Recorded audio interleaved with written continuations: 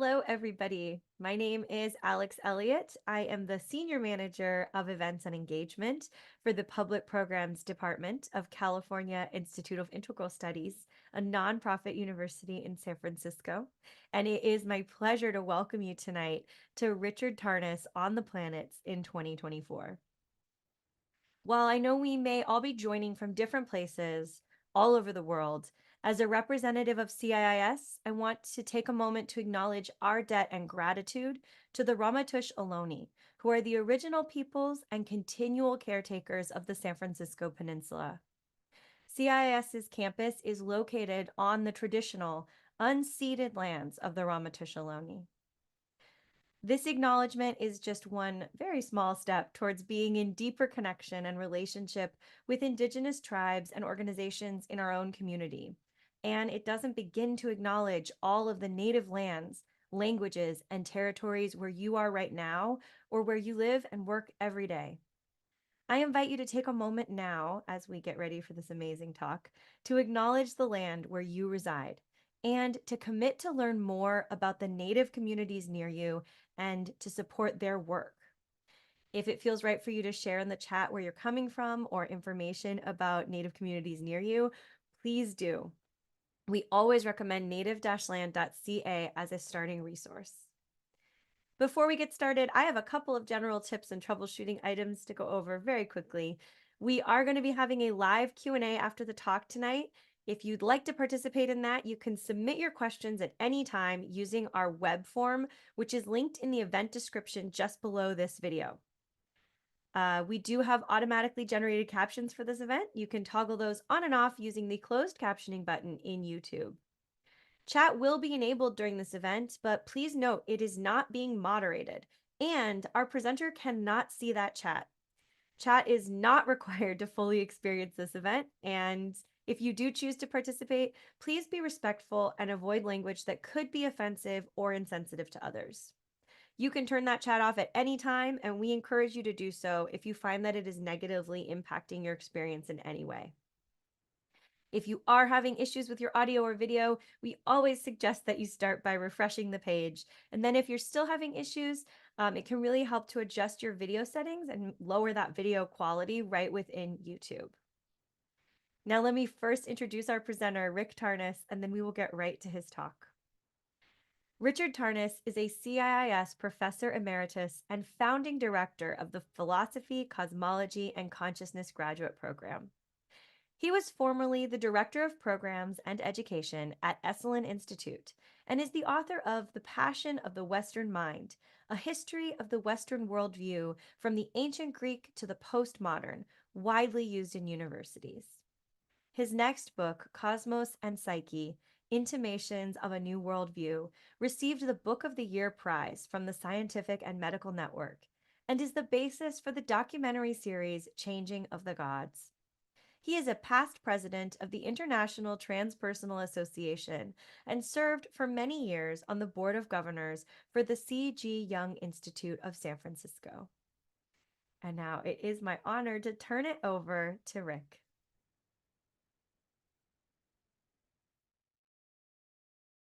Greetings. Hello, everybody.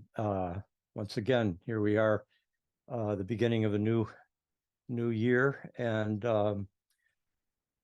another continuing drama that we are all participating in. And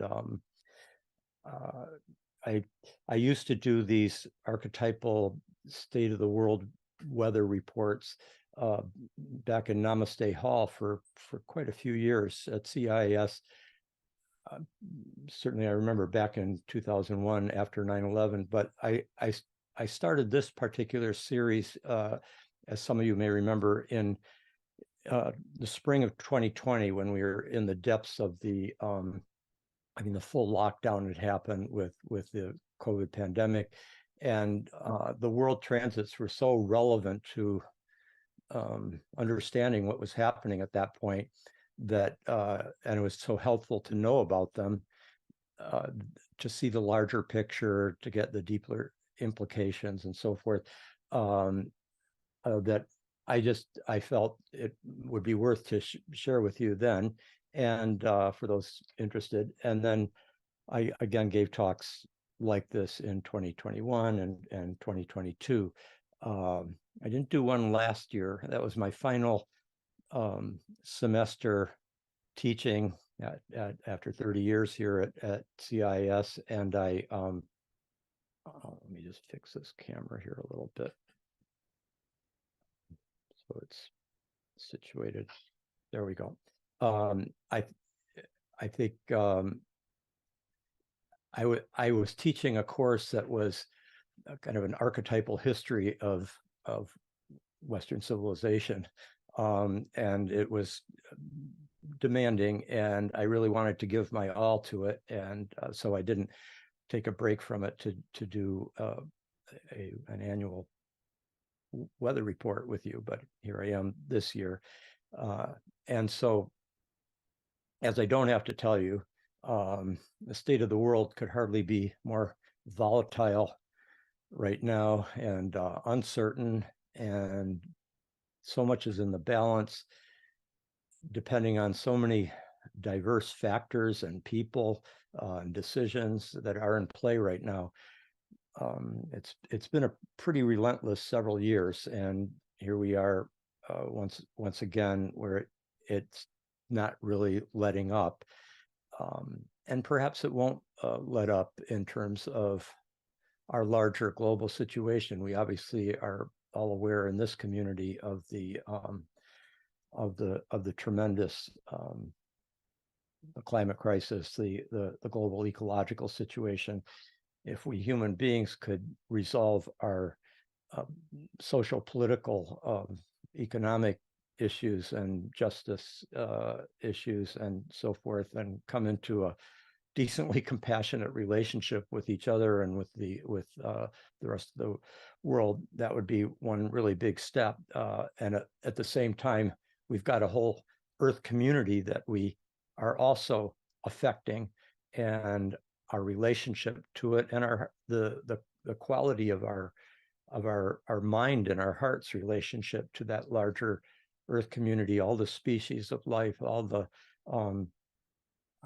land and waters and air that are part of our precious Earth, are deeply influenced by us, this one species, and in many ways this particular part of the species that is identified with modernity and everything that comes with that. So in terms of what we can illuminate with what we have today available to us, I mean, all of us mortal human beings see through a glass darkly, yet we do have a particular glass, an archetypal telescope, that does give us insights. It gives us remarkable glimpses into the deeper forces and fields that are constellated right now, and the timing of their unfolding. And this is a great gift. It's a gift, I think, of the cosmos. It's one of those things that actually, the fact that the cosmos is both physical and spiritual and symbolic all the way through, all the way down, and the fact that its symbolic manifestations are such that, to a certain extraordinary extent, they are intelligible to us human beings. That's an ongoing reality that I know I personally experience as being a kind of affirmation, despite all the despite our crises, despite everything that we can doubt about the human experiment and our place in the cosmos and on this earth. Nevertheless, there's something about the universe's relationship to us and our relationship to the universe in which a symbolic communication, a language, the language of the soul of the world, the anima mundi, is is something that is shared between the macrocosm and the human microcosm. And that's a kind of affirmation of the existence of our species, and even of our evolution taking the form it has, so that we are capable of symbolic discernment, of archetypal recognition, and so forth, and that this is connected in an extraordinarily consistent and vivid way with the movements of the planets and the Earth around the sun, how the moving geometry of the solar system within which we're embedded is also indicative of deeper archetypal realities of the unfolding dynamics. And so that's what I'm going to be sharing with you tonight. It's not a talk for specialists. It's for people who have a general interest and openness to this perspective. And while I'm going to be looking at the world situation and the collective psyche, some of what I want to say here this evening might be helpful on a more personal level, and I'll address that towards the early part of my remarks here. So one thing to keep in mind is there are so many astrological factors always ongoing, and the planets and the sun and the moon are always, present and expressing their being. And the archetypal dynamics are therefore extraordinarily complex and multiple. And so we have this evening, an hour plus Q&A starting at the hour 7 o'clock here. We'll open up to questions and discussion. But during this first hour, I'm basically going to be sharing with you what the most important factors that have my attention now and in the months and years ahead, based on now 45 years, almost a half a century. I was just thinking about this the other day. This research emerged out of, well, in a way, both a place and a relationship. The place was Esalen Institute in Big Sur, and a relationship was Stan Groff and I working together for all these years right up to the present moment, amazingly. And it was 50 years ago. Today's February 8th. So exactly like 4 weeks from now, like March 3rd, that's the half century since Stan and I first met. The first night I got to Esalen, and our friendship began, our collaboration. So much I've learned from him, and so much I have appreciated about. I mean, many of you here tonight may have been part of the many classes that we taught at CIIS in several different locations over the years, going back to 1993-94, that school year. So that's where this research began. And at this point, there's such a large database, as it were, a body of evidence that has helped me and those with whom I work closest in the archetypal astrology, archetypal cosmology community, research community. These are the most significant, the most helpful categories of astrological phenomena, astronomical phenomena that we have found over the years. So that's what I'm going to share with you tonight, the ones that are really that I see as especially relevant to understanding our time. As I've done in the past, it's always important to just a few background principles we all need to keep in mind.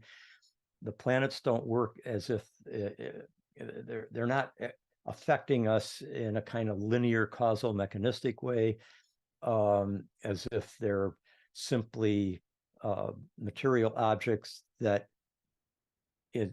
influence the Earth, like gravity or electromagnetic radiation, something like that. It's rather, I think, much better understood in the kinds of terms that Plotinus, the great Platonic, Neoplatonic philosopher from antiquity, or Jung, both have described a phenomenon which Jung named synchronicity, which is basically that it's not so much that, in this case, that the planets are causing in a efficient causality kind of way what's happening in the Earth. Rather, there is an ongoing correlation, an ongoing synchronous connection, correspondence between the movements of the planets and the movements of the archetypal dynamics of human experience. And as Plotinus puts it, everything is interconnected, all things breathe together, and everything is symbolically meaningful. That's why one can tune into intuitively, if one has those capacities and cultivated them, or it comes as a gift. But the intuitive capacities can work through many different modes of divination and so forth. But this is a form of esoteric understanding that is not dependent on clairvoyance or psychic capacities, but more simply a well developed or well cultivated symbolic sense, which is something that you get from reading good poetry or watching, experiencing great art and so forth. It's an education in symbolic discernment, and that capacity, when it's wedded to our astronomical knowledge, a kind of humanities and sciences synthesis, it can give us many different insights that would otherwise not be available to us. Secondly, it's not a deterministic system. It's not fatalistic. And this has to do with the very nature of archetypes.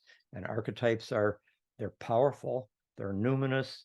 They shape and inform things from both the interior psyche and the outer world. They can be seen as gods and goddesses. As the ancients experienced them, they can be seen as Platonic archetypal principles, transcendent cosmic principles that inform the whole cosmos and are at the foundation of reality itself. They can be seen as Jungian archetypes in a more psychological sense, and Freudian instincts and so forth. They're all relevant to our understanding, except it's important when we take in the psychological side of it that we always remember that they transcend the human. Archetypal powers seem to be more cosmic, more theocosmic, or cosmotheistic, grounded in the cosmos and the more than human world, as well as speaking to the human world. And they can be, and it's the very nature of archetypes that they can be enacted in many different ways that are all faithful to the core essence of that principle, and at the same time open to multiple enactments. And this is where human responsibility and human freedom, our agency, plays a crucial role in the expression of these archetypes in our lives.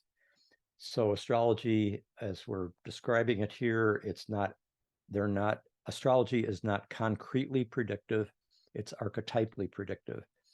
And therefore, the more consciousness we bring to the table, the more self-awareness, the more courage, the more intelligence and imagination, then the more freedom and skillfulness that we can have to participate in the archetypal forces coming through us and around us. One last thing, and that is, we're looking, the evidence is basically founded on research that has shown, one, where many, when we're looking at world transits in particular, but this is also true for personal transits, that there will be many phenomena that happen within a particular time that all bear the imprint, the features of that of a particular archetype or archetypal combination. And so the correlations we're looking at are synchronic in that sense, but they are also diachronic, because these are always part of larger cycles. And when the cycles come around to like a new conjunction of two planets, then you get a cyclical expression, activation of the same archetypal powers, but in a way that is related to the new time, the new situation, and everything that's happened in between, but at the same time bears an intelligible relationship to what happened the previous time and the previous time before that.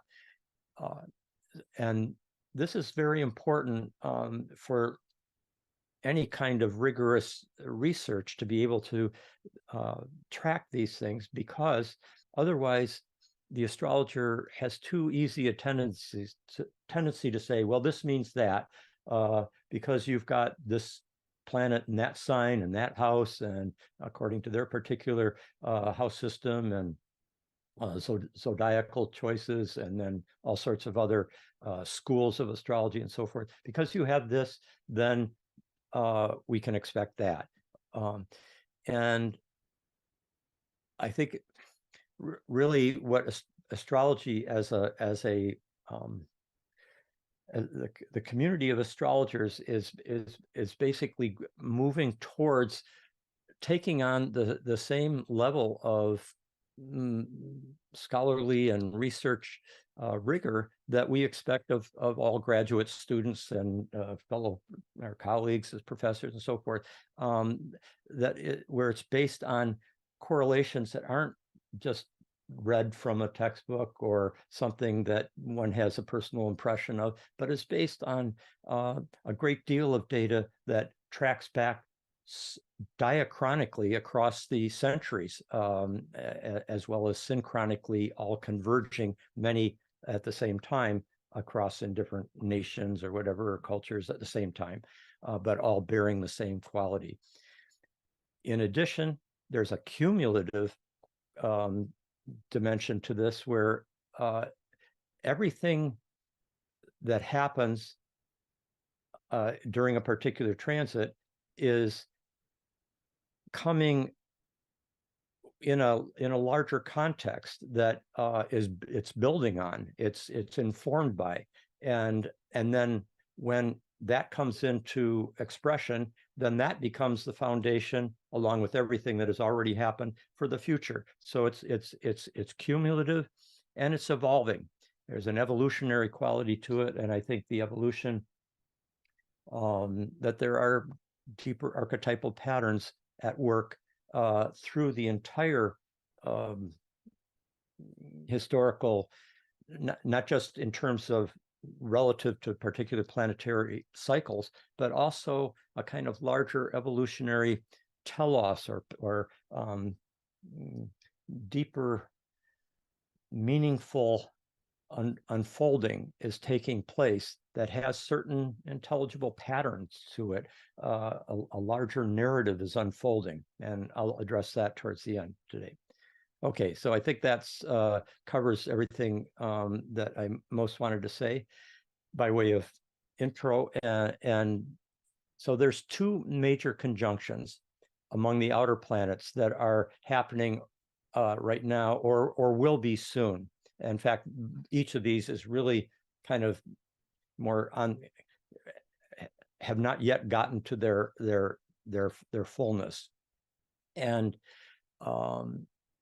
these two world transits are the Jupiter-Uranus conjunction and the Saturn-Neptune conjunction. And I think these are, before I talk about the world, the ramifications for the world as a whole, geopolitically and so forth, it's very useful to know about on a personal level with these particular transits. So the Jupiter-Uranus conjunction, it's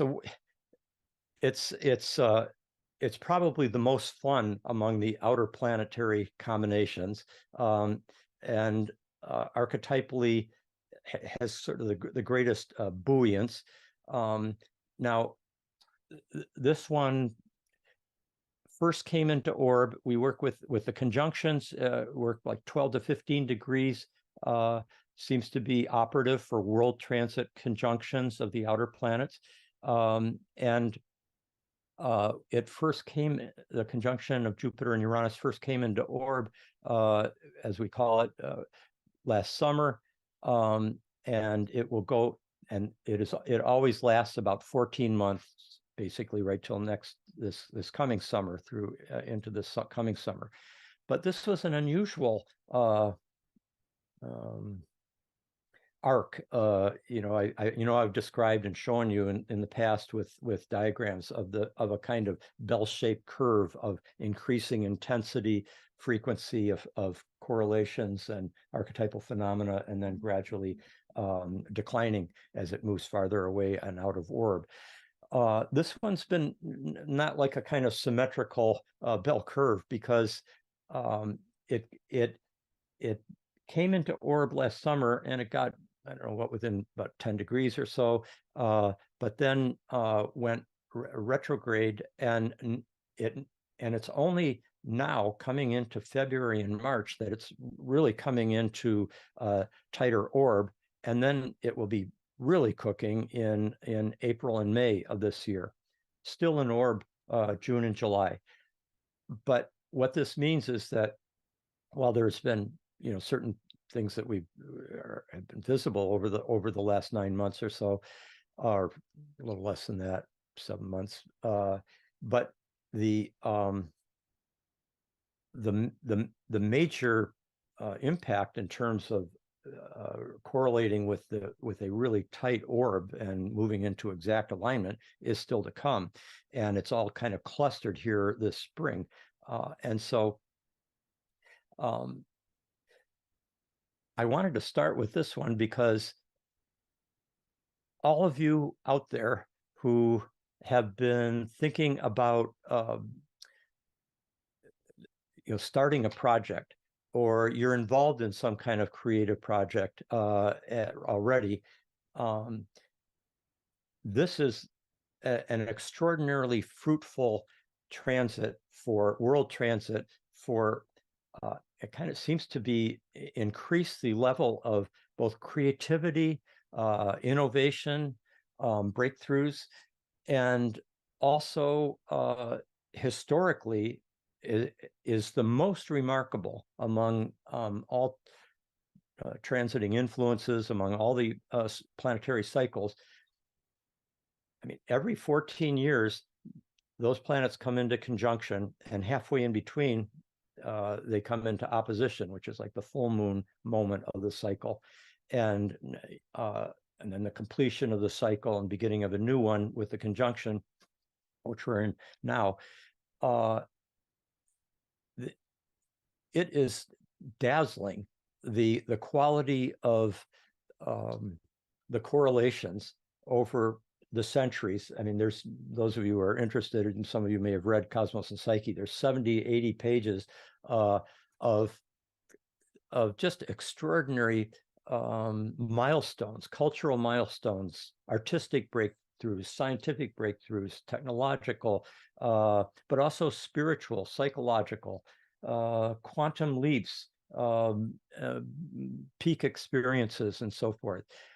And interestingly, the original peak experience, as it was named by Abraham Maslow, that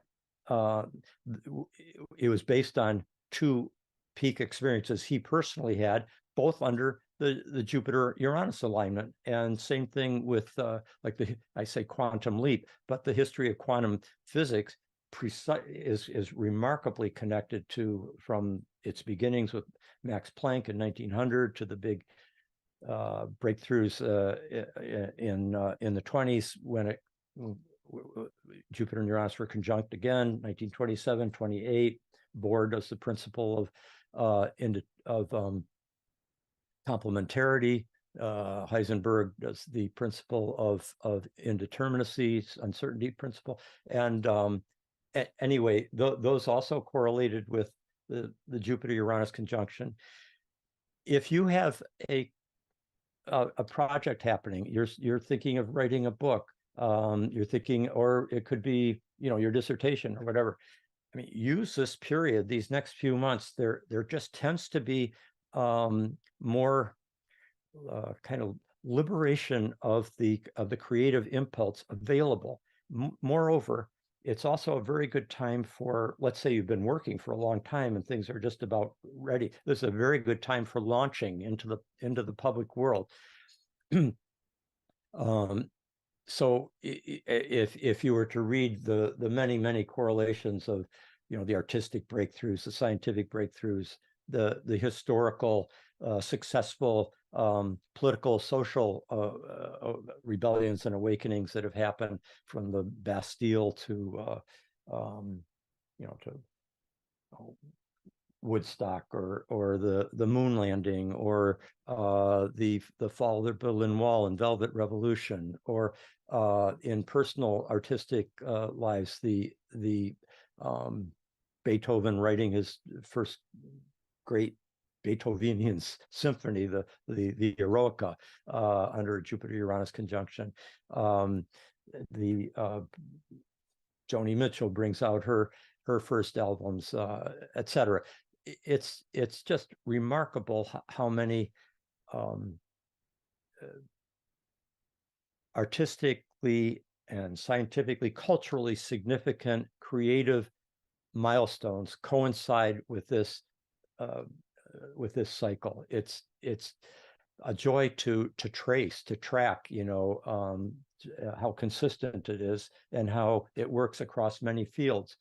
But I want to emphasize that it also, some of these things are visible historically more readily in the moment or soon after, but in many cases they're what I call like hidden births. They take place without it may be like, it might be when a big creative project begins. When James Joyce starts to write Ulysses, yes, he publishes Portrait of the Artist as a young man under the conjunction, but then he starts to write Ulysses at that time, and it initiates a whole nother quality. The Harry Potter series begins publication in 1997 under the conjunction, but a lot of artists are starting things, or scientists, or technological breakthroughs are doing it quietly, like Steve Jobs and Steve Wozniak in their garage in Palo Alto, starting their work under the Jupiter-Uranus alignment of 75, 76 in the garage in Palo Alto. Nobody knows what's going to, at that time, what's going to come from it. So it's a hidden birth. So I'm mainly wanting to encourage all of us to that particular wind that's blowing can be very, very supportive of our personal creative work, and also our quest for greater understanding, freedom, expanding our horizons in various ways, expanding our consciousness, could be through travel. It could be through sacred medicine journeys. It could be through reading a book or experiencing a new idea that is just really personally liberating, becomes a kind of milestone in one's own unfolding. All these ways are possible with the Jupiter-Uranus conjunction. So it's a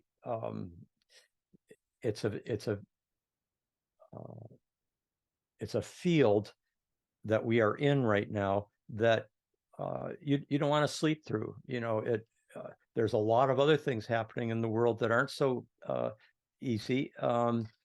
But this one is one that, at least at that level, it's a kind of, if you think of Uranus as related to that Promethean impulse of innovation, the rebel, the trickster, the liberator, the bringing new light to humanity, etc. The fire that Prometheus brings to liberate humanity has many different meanings symbolically, obviously. And this is sort of like Prometheus crowned king. Jupiter elevates, expands whatever it touches, grants success to it, gives it a buoyancy, perhaps a cultural magnitude, and at the same time,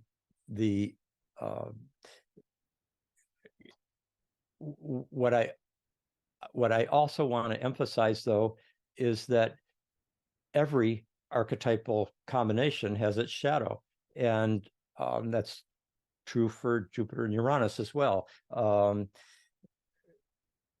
The shadow of Jupiter's expansion, elevation, is one where it could involve inflation,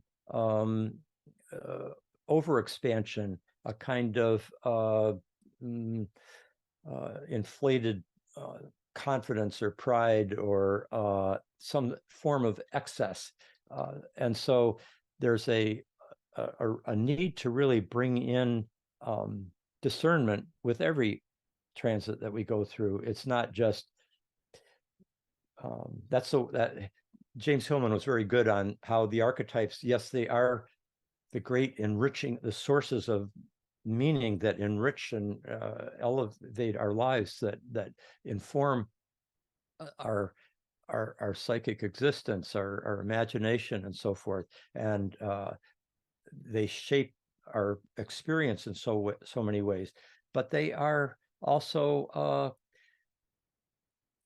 each archetype is a god or goddess that rules its cosmos, and it can.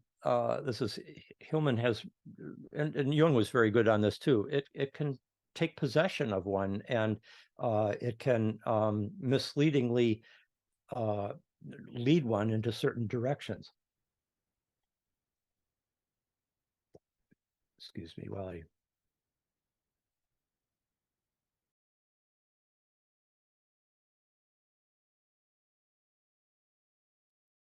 A lot of talking. So for example, Dylan, who's born with the Jupiter-Uranus conjunction himself, that's his like unbelievably sustained creativity. He has Saturn there too, so it's very sustained right into old age. And I say that advisedly, since I'm a septuagenarian, and he's an octogenarian. But Dylan's continuing creativity is a kind of wonder to behold.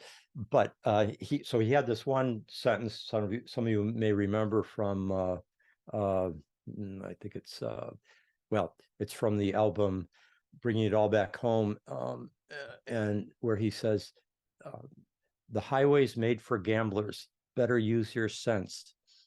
Take what you have learned from coincidence. There's a kind of indication of or recommendation that we pay attention to synchronicities, coincidences. Take what you have gathered from coincidence. It's the universe is telling us something. It's an invitation to understanding a deeper meaning. But that sort of honoring of the gambler, Uranus, Prometheus, it's a trickster, it's a gambler, it takes chances, it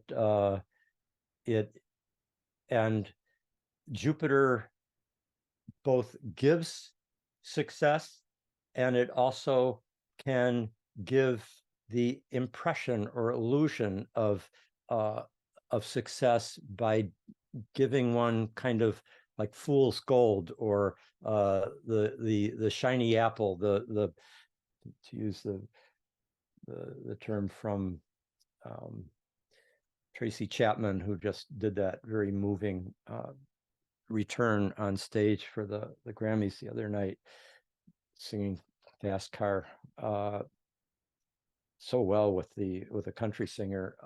Anyway, the shiny apple, the flash in the pan, the superficial, seemingly successful but really shallow, ungrounded, inflated, liable to be deflated, because anything that is inflated too much is going to get deflated, and that's where Saturn comes in, of course, and then we have a whole different situation. So Jupiter Uranus can be a bit dangerous. I mean, if you're going to Las Vegas, as I suppose a few people are this weekend, with the Super Bowl, it's a you'd limit your sense of great success that you can have, just so like maybe use $100 or something and see where it goes. But people can get carried away with it, and some of the really extraordinary scandals of business people or entrepreneurs or all sorts of other people who just kind of expand way too fast or inflate through their persona, their public presentation, but the substance isn't there. The foundations haven't been built. The hard work hasn't been accomplished, so that any Jupiterian success can endure. And so that's something to keep in mind. But just in general, it's a very special combination that you want to.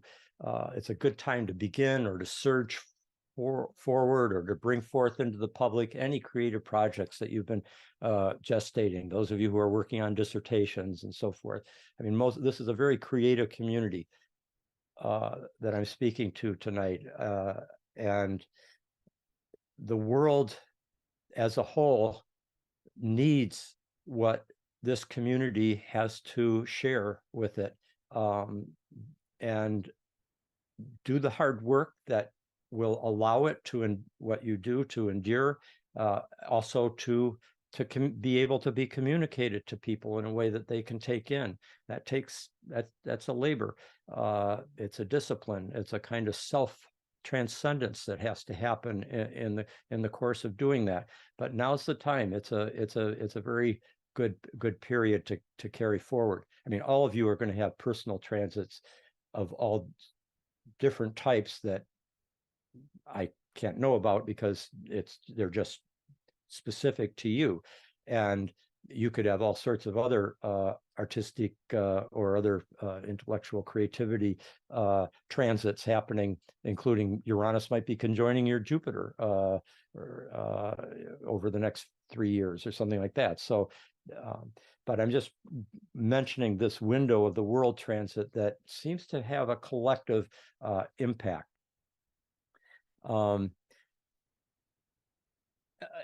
Just even in the world of popular culture, there it tends to come through with like big wow events.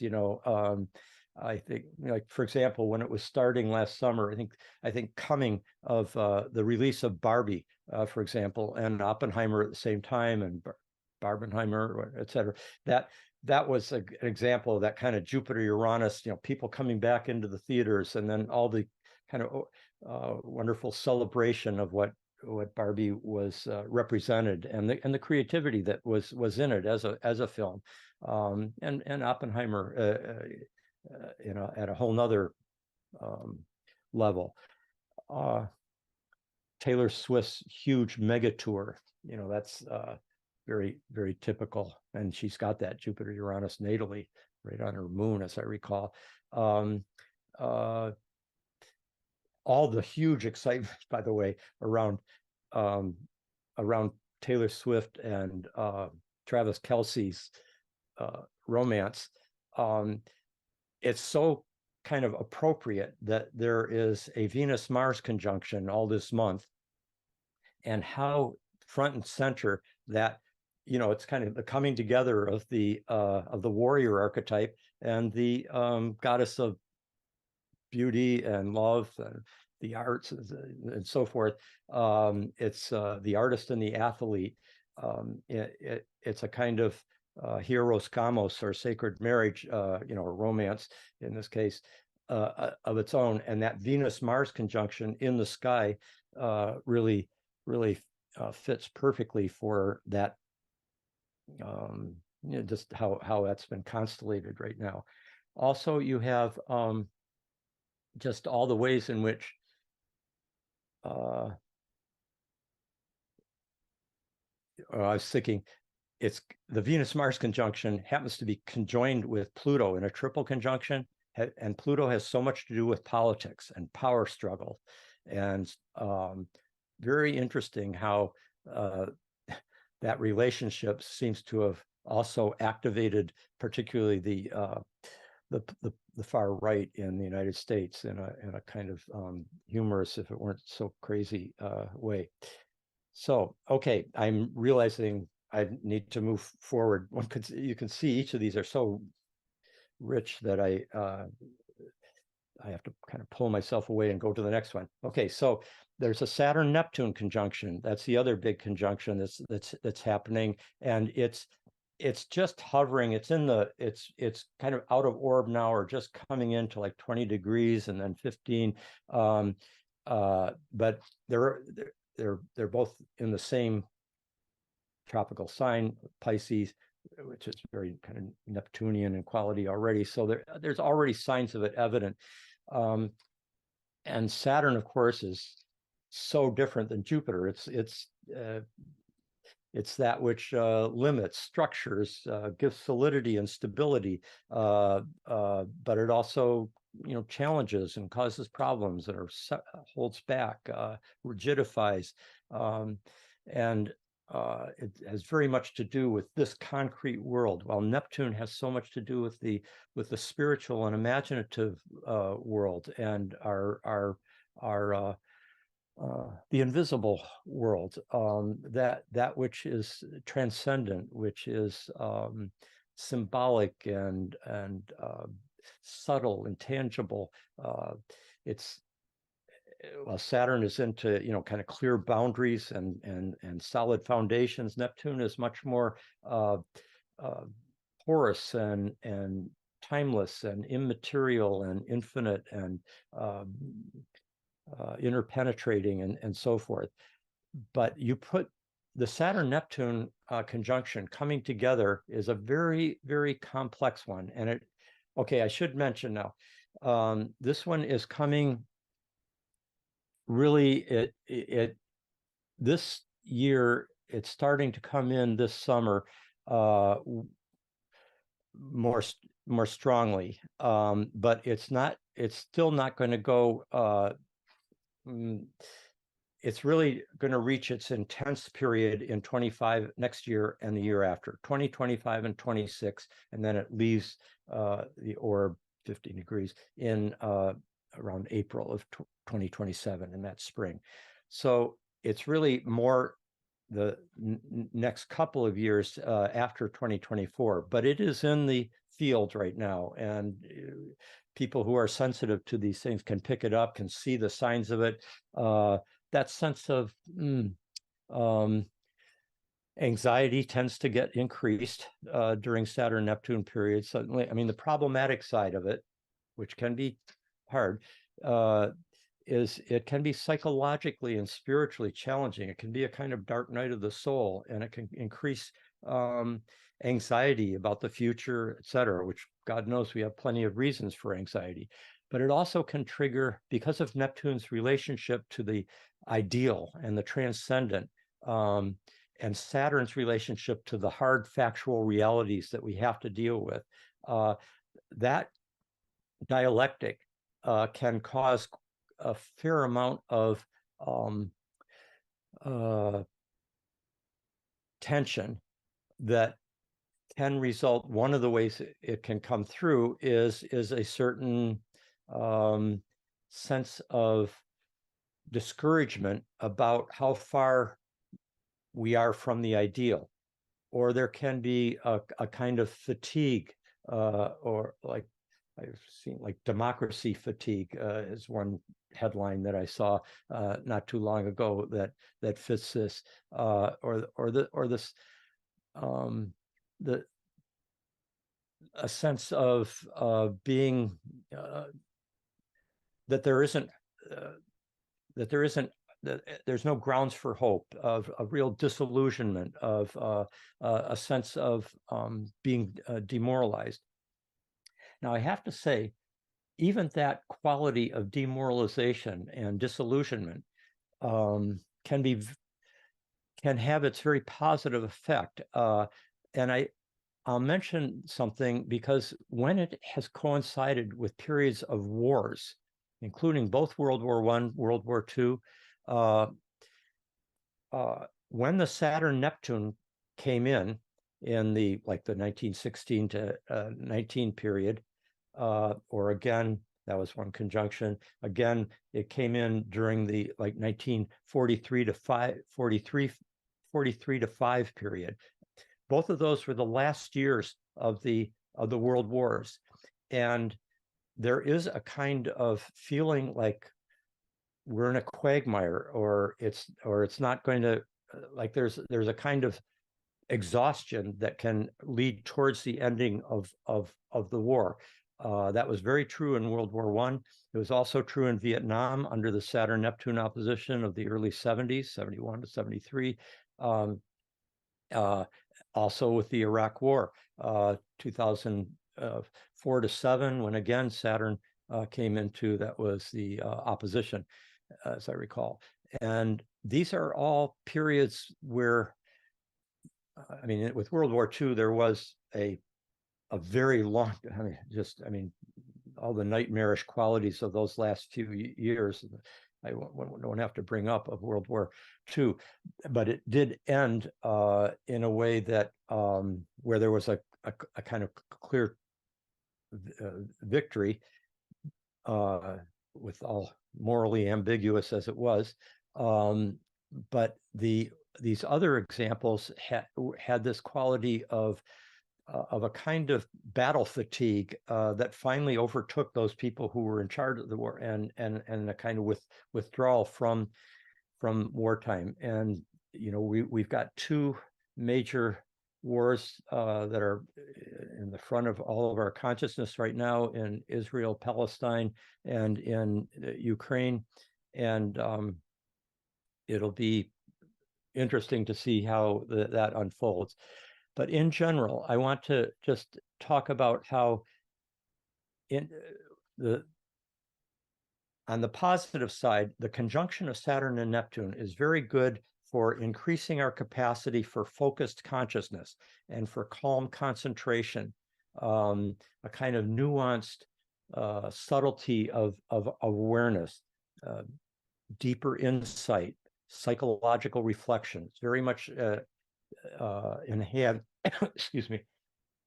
enhanced by the Saturn-Neptune conjunction. It's extremely good for spiritual practice, for meditation, for prayer, for following a spiritual tradition, an ancient spiritual tradition. I mean, think of somebody like the Dalai Lama, who has Saturn Neptune very potent in his chart. The opposition is right on his moon, and he, clearly has gone through great, losses of the ideal, like the loss of the spiritual world that he had, that of Tibet, and his engagement with the suffering of humanity, and at the same time, his calling for the importance of meditation, of adhering to a spiritual practice, cultivating compassion, cultivating the kind of virtues of the bodhisattva, hard work at Saturn in service of the spiritual, which is Neptune, or of the poetic, of the imaginative, of the ideals in our lives. Also, bringing the ideals into concrete actualization. That's so important. See, that's Neptune. In a way, it's bringing heaven to earth. Neptune to Saturn, Saturn ruling the concrete, pragmatic realities of our lives, economic, social, political structures, and so forth. And Neptune being our ideals, our aspirations, which are so real.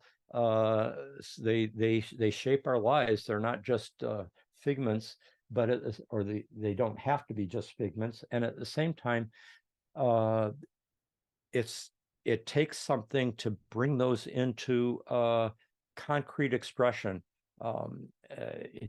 I think of somebody like Martin Luther King, who had the Saturn trine Neptune in a grand trine with Jupiter, and how his whole life was like bringing that ideal. I have a dream, and then bringing it to against great suffering and dark nights of the soul and weeping, and sustaining that. So things like yoga, perhaps even living more monastically might be or a serious engagement with spiritual teachings of any kind, of mystical devotion. Also, a focus on healing and health, both mental and mental and physical. You see many people who work in the healing professions as therapists, as physicians, and so forth, hospice work, have Saturn Neptune aspects, the care for the suffering and those in need. The flip side of that is that people under the Saturn Neptune alignment, which, as I say, is, well, it's just kind of getting underway later this year, this summer. It's more, I'm kind of preparing you for like 25, 26. It can be something that it tends to be a time where more people feel the need and the willingness to go into psychotherapy, to work on themselves psychologically. They feel that it's now time, and so that's very, very typical under Saturn Neptune periods. Another thing that is quite helpful with this aspect is, well, again, it's bivalent. So you've got, see, Neptune is not just our spiritual ideals and all these positive things. It's also our Neptune is our delusions and our illusions, and it can be spin and propaganda and myths in the kind of rationalist point of view, that if it's not factual, it's just, this is the myth of the flat earth or whatever. And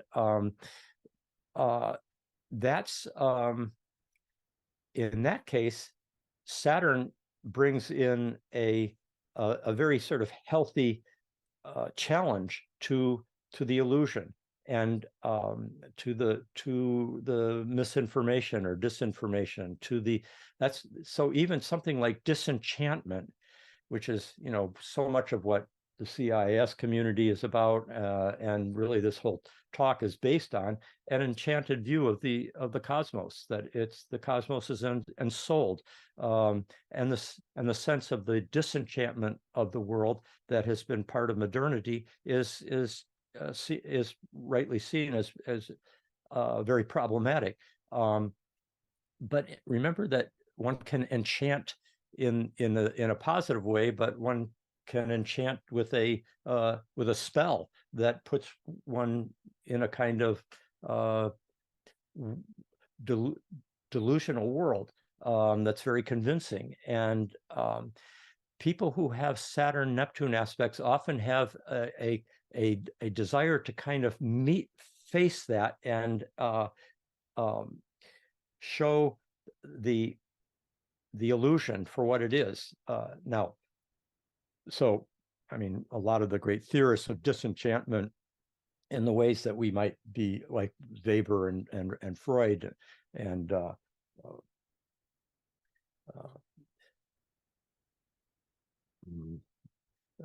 Foucault, had Saturn Neptune aspects. Virginia Woolf, very sort of skeptical understanding in certain ways, and at the same time, we can see how valuable a service it is when it shows us how we may be there could even be valid Neptunian realities that we're seeing, but we may be also projecting certain things from our own psychological needs and so forth. So that too is a let me just see, I got okay, so we're getting, yeah, I'm going to go just a few more minutes here before opening up to questions, because I did want to bring a few other things here. But if you just think about how some of the great masters of pulling back the illusion that is done by propaganda or political spin or disinformation, somebody like Jonathan Swift or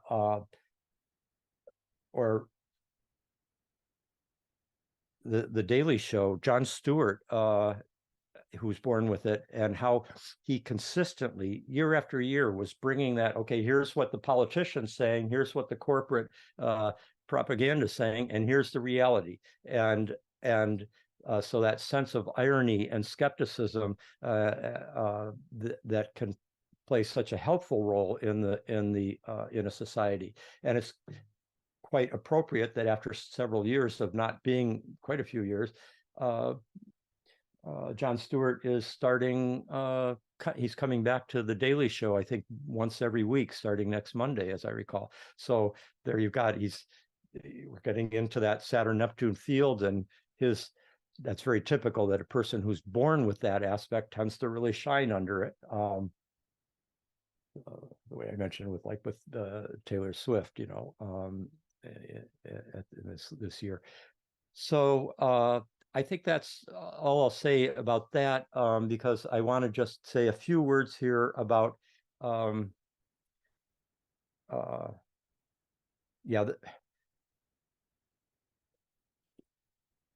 U.S.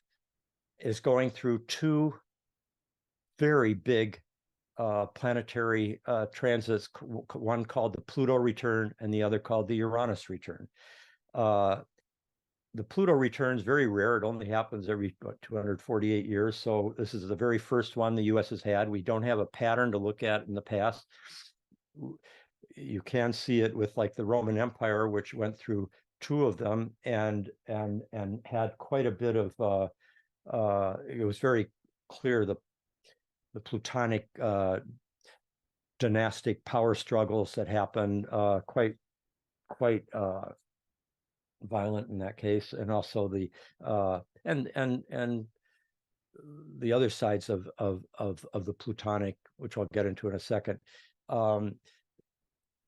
Both times, including the second time, which marked the end of the Western Roman Empire, were quite significant historically. So then the Uranus return, it's also happening for the United States. This is our third one. And the first one happened, it's an 84-year cycle. The first one happened, 1776, right up to the first one happened in the Civil War. And both that kind of tremendous, both rebellion and change and forging of a new birth of freedom, as Abraham Lincoln put it, and the freeing of enslaved people. That was a huge. I mean, basically, it kind of revised the Constitution. It moved it in a fundamental direction towards greater democratization and fulfillment of its ideals. And then the next Uranus return happened in the course of World War II and the emergence of the U.S. as a world superpower. So those are two huge Uranus cycles, and we're just beginning the Uranus cycle. So the Uranus return, rather. So the Pluto return we've been in for a while. It's a big transit. If you think about how long Saturn returns last in our personal lives, everybody gets it, the first one between age 28 and 30. And it's pretty much, for most people, that whole period from 28 through 30, right up to the 31st birthday. So that whole period of 3 years tends to be deeply reflective of the Saturn archetype and Saturn return. I won't go into all the ways, or else I won't get to my the big points I want to make. But many of you know about the Saturn return, and you could see it's not something that just comes on like a light switch for a day or a month or something like that. It's the ending of a huge cycle, and the orb within which one sees the Saturn return expressing itself is very clearly bigger than most personal transits. It's from the beginning of it to the end, it's more like about 20 degrees before exact. Usually when you turn 28. Sometimes people start even when they're 27, depending on where Saturn was when you were born. But generally it's 28 to 30, and it's basically about a 20-degree orb. Now, if we extend that to the big Pluto and Uranus cycles, and here in the case of the US, that you can see, like Pluto, we're basically in the middle of, it's climaxing right now. I mean, it's peaking. It's been really tight. It is overall been going on for about a little more than a decade, and it has a decade to go, but we're right at the center of it now. So that's a big bell curve. Now, why am I saying something about the US? Yes, many of us here are North Americans, but and citizens of the US, but many of you aren't. I know that some are listening in England and elsewhere, Canada, Australia. And that's the thing about the US is, for better or ill, and often the latter, the US has a tremendous impact on the world, especially since the last Uranus return. And it has an outsized influence, and the things that happen with our political situation has an enormous ripple effect or domino effect as it goes out into the world. I mean, we just see it right now so vividly happening with in the Ukraine, for example, and NATO and Israel, et cetera. It's a big deal. So that's why I'm addressing these national transits.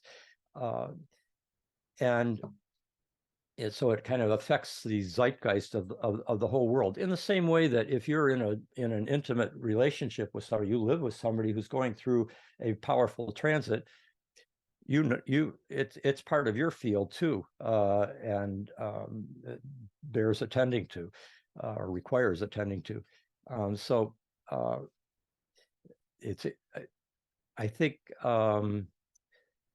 we're looking at a period here where there can be, I mean, really, the whole Trump phenomenon is so plutonic. It's kind of like Hades as I think I mentioned a few years ago, it's like Hades opened up its jaws and pulled in Persephone into the maws of the underworld. Yeah, kind of like a mafia type underworld, truly very typical of that side of the Plutonic. But just more generally, it can be like the decay or destruction of existing conditions and beliefs and structures, and it requires a really deep transformation and a renewal of life that comes out of that decay and destruction. I mean, we all feel that about. I mean, clearly the U.S. is at a crossroads such as it has not faced other than in the Civil War, really, which is also when actually the first Pluto hard aspect to itself happened, and the lead up to that too. Also, the typical is the power struggles with dominating individuals, Plutonic individuals or institutions, clash of wills, encounter with destructive energies, either inside us or outside us.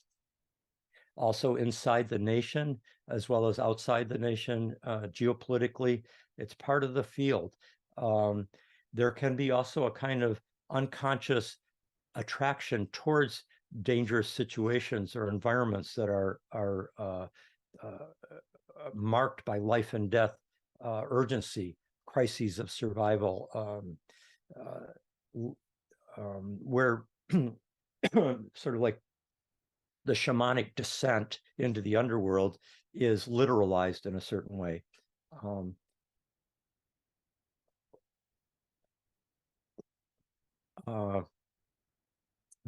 Excuse me. So, and I think in addition, you have a greater sense of empowerment, strengthening of the will, personal renewal, sense of one's life being moved and transformed by deep evolutionary energies. We really need to draw on that. I've quoted from in the past the beautiful passages from Joanna Macy about the importance of realizing that our efforts on behalf of the Earth community are rooted in something that's as old as the Earth, 4.6 billion years, or the cosmos of 14 billion years. It's we can be drawing on those deeper, powerful evolutionary energies. Also, the draw towards becoming closer to the forces of nature. Really felt that with the terrific windstorms that we had here in rain this weekend, and going out in between rain, but while the wind was so terrific, and we had no power here. I'm so glad, knock on wood, that the power is stayed on right now. But just walking through the winds and the intensity of it, it was very fulfilling. That's very Plutonic. Pluto also has so much to do with the shadow and the human shadow, and to illuminate the dark aspects of a personality within the human psyche, to face the shadow without being overwhelmed by them. The U.S. is having to face its shadow as never before. I mean, even like, geez, remember when Obama was became president, elected, and then that night, where he's in Chicago, and he walks out with his beautiful family out into the stage there, and with his their dark skin just shining in such beauty, and the red, white, and blue behind. And I remember a French political columnist said, the U.S. has taken the moral torch, has seized the moral torch, and we here in France and elsewhere need to pay attention to that. That sense of such like a great moral advance had been made, and yet right at that moment, the shadow begins its reaction and plotting its overthrow. And it's like it has great dramatic qualities at work here. But facing the shadow, as all of us psychologists know, is absolutely crucial to any kind of true psycho-spiritual growth. And that's also true for a nation, to grow beyond its illusions and like the persona that we like to see ourselves as embodying of being the land of the free, and equality and justice and so forth, and how far we have to go, and how dark has been the shadows of our not living up to those ideals. Finally, that Pluto return, it can really gives us deep insight into the mysteries of death and rebirth. And so that too is up for us and can be very transformative. I'll just finish now by saying that the Uranus return, which brings in that Promethean energy, and I mean, it's the fact that they're happening together. Now, the Uranus return is it's more like about 10 years shorter compared with the Pluto return, because Uranus moves much faster than Pluto. But so we're right now at the beginning of a roughly decade-long transit. It'll be exact around 2027, 28, but it's just coming into play right now, and then we'll be kind of moving beyond the 20-degree mark in the early 2030s. But the 2020s has been dominated by the Pluto return already, and now the Uranus return is kicking in, which brings in a more potentially liberating quality, but also sudden changes and rebellions and civil disturbances and so forth that could be dicey. But it is not impossible that if the better angels of our nature are able to rise to the occasion, and somehow the center holds in these next crucial months and years. I'm enough of an idealist to think that I mean, the U.S. has had very positive influences on the world, apart from its shadow, which has been immense, apart from its I won't go into all of it, but it also has had an inspiring, benevolent effect. It's not for nothing that so many people want to come and be here. And it's not impossible that in the course of these next few years, there could be a genuine rebirth and a genuine liberation into a new moral order in which we can participate in both a greater geopolitical domain of compassion, and also relating to the entire biosphere, and how much hard work and stamina and creativity is going to be necessary because so much has been set in motion already. The momentum is so powerful, and we have the stakes are very high. So I've taken us a little longer than I wanted to, but let me just go to the questions here that have been asked, and let me see where I should be looking at those. Izzy, could you tell me where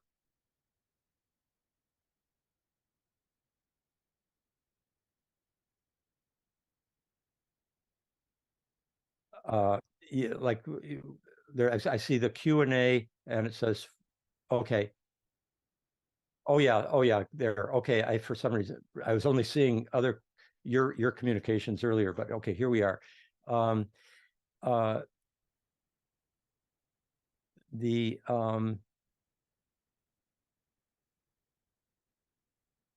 of these questions, let's see, your previous, okay, here's one. Your question, your previous talks have focused on the movement between Saturn and Uranus. Can you share something about where that stands now and the impact on current events?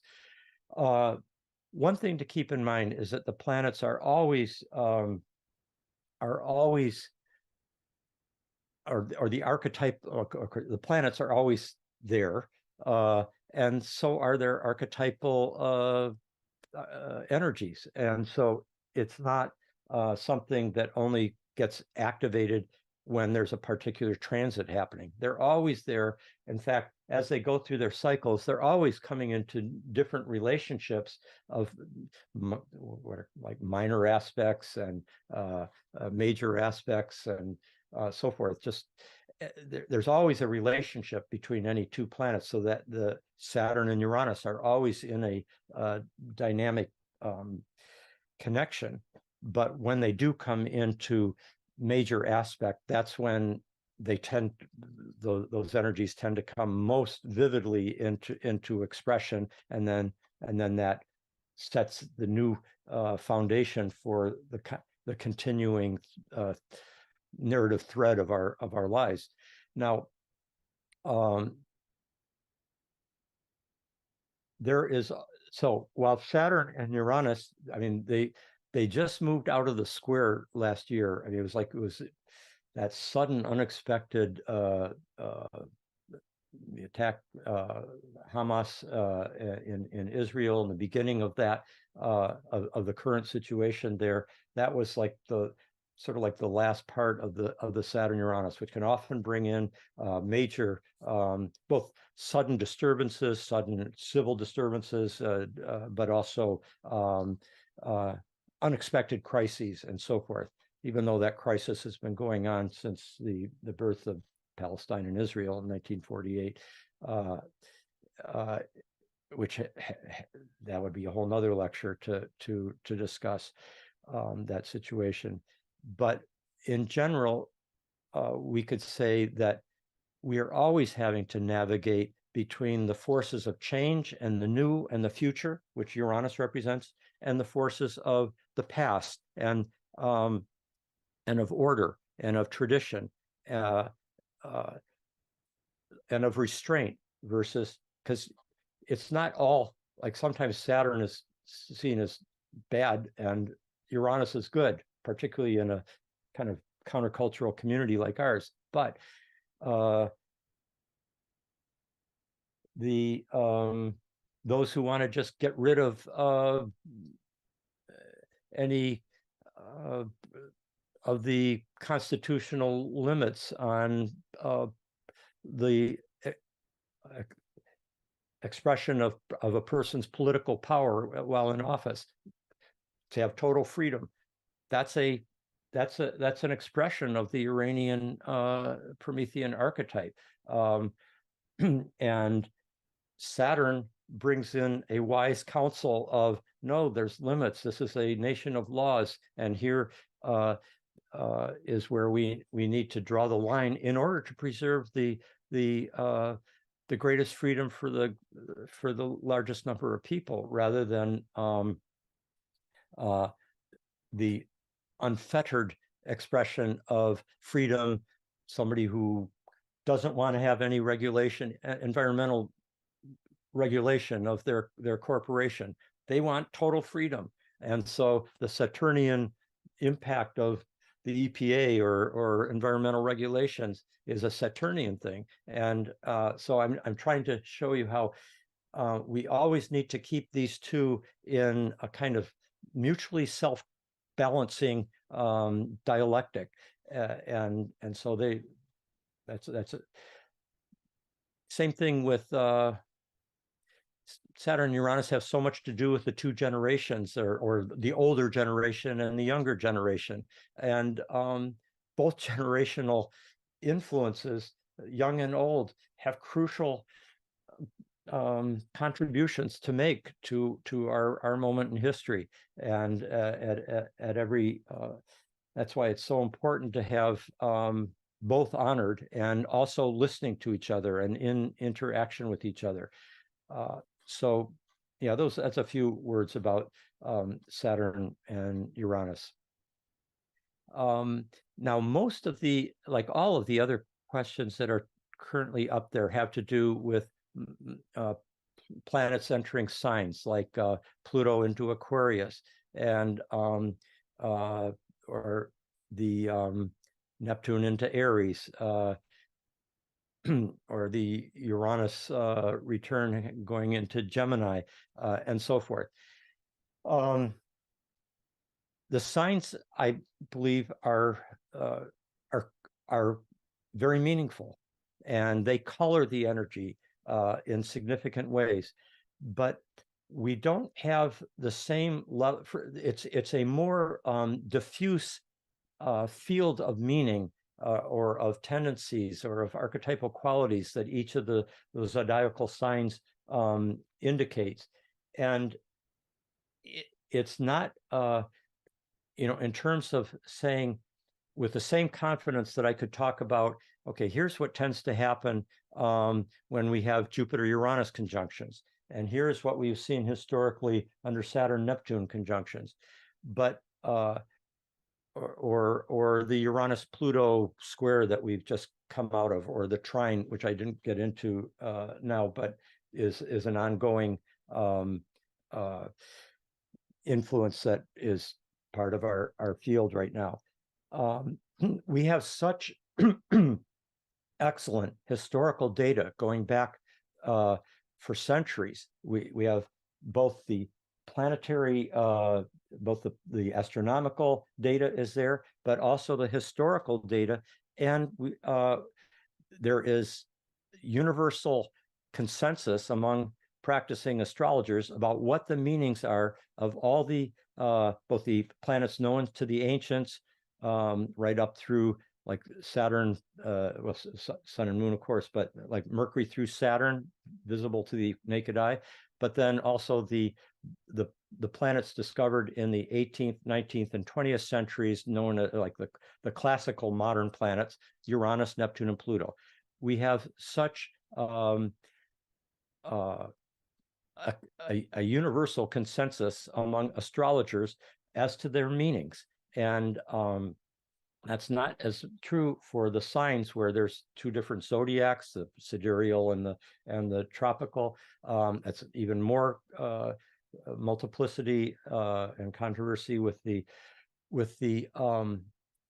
house systems, or with the overall styles of astrology. But one thing that astrologers do agree about is the planets and their meanings, and particularly when they come into the major geometrical alignments, like the conjunctions, the opposition, and so forth that I've been discussing tonight. That's where we have such excellent data. And those of you who've read Cosmos and Psyche know that the evidence is there. Many people who were not open to astrology, or who were interested but didn't know how relevant it was to something beyond a personal reading, that is a Cosmos and Psyche has a body of data that is quite rigorously set out systematically, like every Uranus-Pluto alignment, major axial alignment, or Uranus-Neptune, or Saturn-Pluto, or Jupiter-Uranus, going back for centuries, and just how consistent the correlations are, and expressive of the multivalent richness of these gods and goddesses that can come through in so many ways, and yet are clearly themselves. So we have that evidence, that foundation, to be able to speak about things as I have been tonight, that I feel much more comfortable about.